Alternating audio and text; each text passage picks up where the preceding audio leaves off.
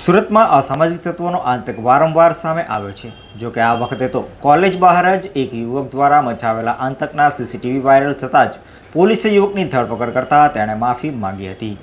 સુરતના અમરોલી વિસ્તારમાં આવેલી કોલેજની બહાર અસામાજિક તત્વ આતંક મચાવ્યો હતો। કોલેજની બહાર એક માથાભારે યુવાન દ્વારા હાથમાં પાઇપ લઈને સીન સપાટા કરવામાં આવ્યા હતા અને એક વિદ્યાર્થીને લાફા પણ માર્યા હોવાનું સીસીટીવીમાં કેદ થયું હતું। સીન સપાટા કરનાર યુવાન દ્વારા કોલેજના અન્ય વિદ્યાર્થીઓમાં ડરનો માહોલ ઊભો કરવાનો પ્રયાસ કરાયો હોય જે વિડીયો સોશિયલ મીડિયામાં વાયરલ થયો છે। બીજી તરફ સુરત પોલીસ કમિશનર અનુપમસિંહ ગેહલોત, ખાસ police commissioner sector 2 K N. Damor, નાયબ police commissioner zone 5 Lakhdhirsinh Jhala અને મદદનીશ police commissioner L division D S. પટેલની સૂચનાને લઈ અમરોલી પીઆઈ જે.બી. વનાર અને સેકન્ડ પીઆઈ ડી.કે. પટેલની ટીમ પીએસઆઈ જે કામડિયાના માર્ગદર્શન હેઠળ પેટ્રોલિંગમાં હતી ત્યારે બાતમી અને હ્યુમન સોર્સિસ તથા સીસીટીવીની મદદથી કોલેજ બહાર આતંક મચાવનાર અને ગુંડાગીરી કરનાર અમરોલી ગણેશપુરામાં પ્રગતિનગર સોસાયટીમાં રહેતા ધ્રુવીલ મહેશ ગોહિલની ધરપકડ કરી હતી અને તેને કાયદાનું ભાન કરાવતા તેણે માફી માંગી બીજી વાર આવું ન કરવા જણાવ્યું હતું।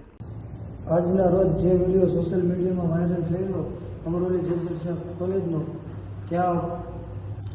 કોલેજનો ત્યાં હું મારી સ્પ્લેન્ડર બાઇક લઈને ગયેલો, હાથમાં પાઇપ લઈને ચેન સપાટા નાખવા તે અને મારી સાથે અભ્યાસ કરતા વિદ્યાર્થી સાથે ઝઘડો થયેલો તે બાબતે હું માફી માંગુ છું અને આજ પછી એવું ક્યારેય થશે નહીં અને કોઈએ કરવું નહીં।